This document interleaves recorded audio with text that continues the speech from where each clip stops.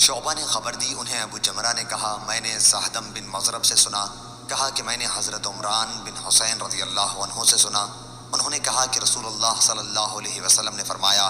میری امت کا سب سے بہترین زمانہ میرا زمانہ ہے، پھر ان لوگوں کا جو اس زمانے کے بعد آئیں گے، پھر ان لوگوں کا جو اس زمانے کے بعد آئیں گے۔ حضرت عمران رضی اللہ عنہ کہتے ہیں کہ مجھے یاد نہیں کہ حضرت صلی اللہ علیہ وسلم نے اپنے دور کے بعد 2 زمانوں کا ذکر کیا یا 3 کا۔ پھر آپ نے فرمایا کہ تمہارے بعد ایک ایسی قوم پیدا ہوگی جو بغیر کہے گواہی دینے کے لیے تیار ہو جایا کرے گی، اور ان میں خیانت اور چوری اتنی عام ہو جائے گی کہ ان پر کسی قسم کا بھروسہ باقی نہیں رہے گا، اور نظریں مانیں گے لیکن انہیں پورا نہیں کریں گے، حرام مال کھا کھا کر ان پر موٹاپا عام ہو جائے گا۔